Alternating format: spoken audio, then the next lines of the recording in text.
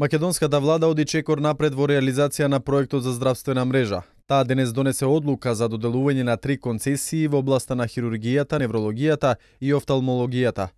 Сакаме да информираме дека владата врз основа на законот и врз основа на уредбата за здравствена мрежа донесе одлука за доделување и отпочнување на постапка за 3 концесии во здравството. И тоа: прво, за вршење здравствени услуги од областа на хирургијата на секундарно ниво во Вардарскиот регион.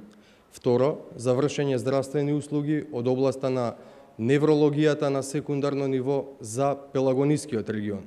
И трето, за вршење на здравствени услуги од областа на офталмолошката хирургија на ниво на Република Македонија.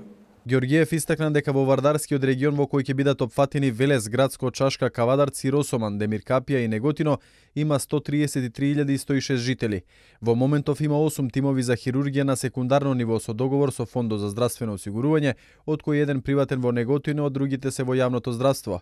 Владиниот портпарол додаде дека во Пелагонискиот регион, во кој спаѓаат Битола, Могила, Новаци, Демирхисар, Крушево, Прилеп, Долнени, Кривогаштан и Ресен, има 92.432 жители, а во моментов има 5 тима за неврологија со договор со фондот, сите во јавното здравство.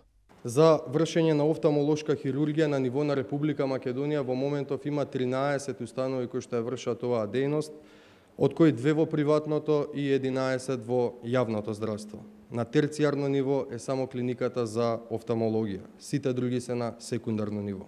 Со концесионирањето, како што рече Георгиев, се задоволуваат потребите на населението, се дава нов квалитет во вршењето на дејноста и се воспоставуваат еднакви критериуми за конкурентност меѓу јавното и приватното здравство, а со цел подобро здравство за граѓаните.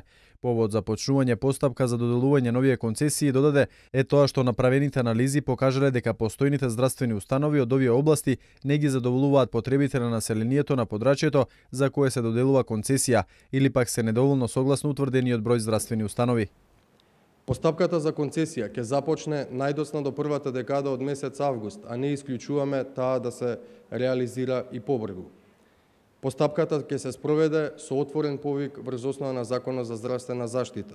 Владата ќе ги утврди поблиску сите критериуми и детали на целокупниот процес на реализација на концесиите. Но генерално би можеле да ги истакнеме следниве поенти во областа на концесионирањето. Доделувањето концесија ќе се изврши најдоцна во рок од 120 дена сметајќи од денот на објава на јавниот повик. Постапката за доделување на концесијата ќе реализира специјално формирана комисија од Министерството за здравство, чии што членови се одредот на вработените во Министерството, а по потреба ќе бидат консултирани и експерти од дадената област која што е предмет на концесија.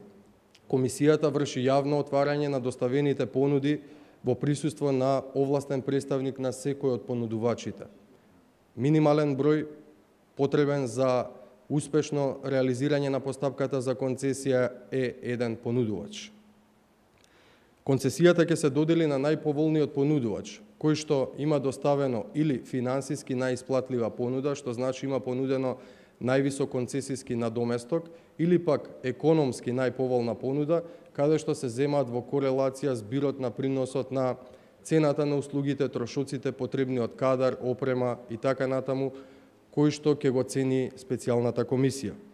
Концесијата ќе се додели за период од 10 години, а треба да почне од 1 јануари 2013 година.